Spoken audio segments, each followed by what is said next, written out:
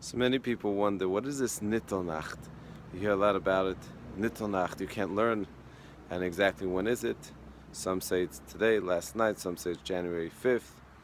And this custom not to study sounds a little bit strange, so what should we do? Do the laundry, help your wife, play chess. Very interesting customs. Also today, as we pointed out, is quite an auspicious day. It's the day called the day we don't know why we fast, or some say it's because Ezra Sefer died. At the same time, they say no, it wasn't Ezra Sefer, it was Oysa Ha'ish. Oysa Ha'ish is a nickname for the Yeshu, and Yeshu is the one that started, or at least his students started Christianity, and secretly it's called Nittel Nacht. So what exactly is this all about? A lot of secrets.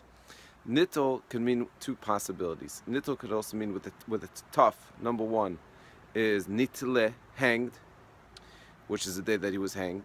The other possibility is nital, with a tes, is taken away.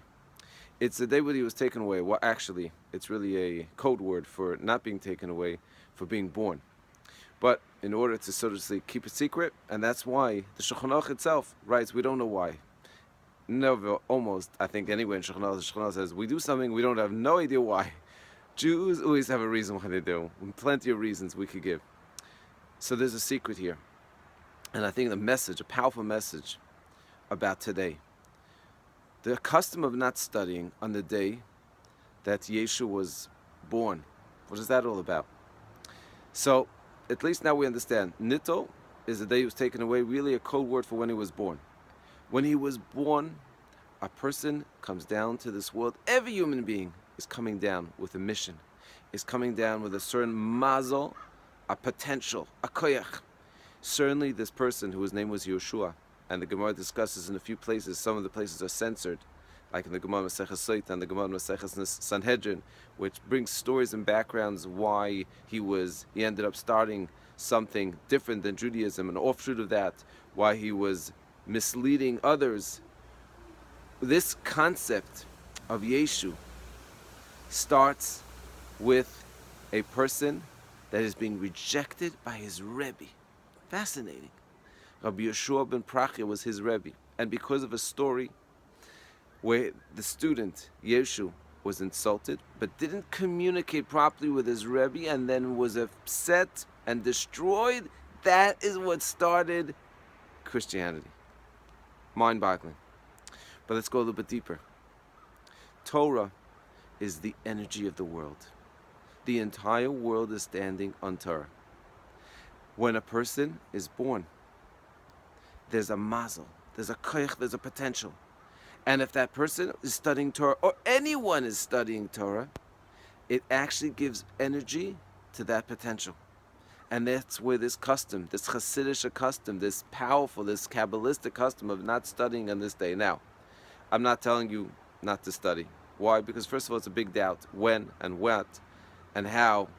So anyone that studies, you're okay, unless you have a very specific tradition. Don't use it as an excuse not to study. But the message, I think, is so powerful. Two messages. Number one, Torah is the energy of the world. It's the metaphysical energy. There's nothing else that really gives existence other than Torah.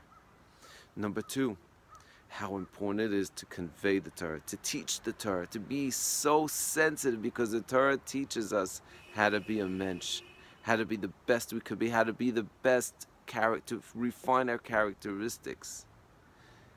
And one more interesting point. Chazal say, why was the Beis Hamikdash destroyed? Because shelo birchu b'Torah tchila. They didn't daven, they didn't say a blessing over the Torah. That's the reason why the first Beis Hamikdash was destroyed. So the Ran in Maseches Nedarim explains, yes, because they treated Torah like any other wisdom. Torah is not like any other wisdom. It's the most beautiful thing. When Torah is being learned and taught properly, it makes the person so beautiful. It makes a person it makes a Rav, it makes a Rebbe, it makes a person shine. And that is what we could focus on today.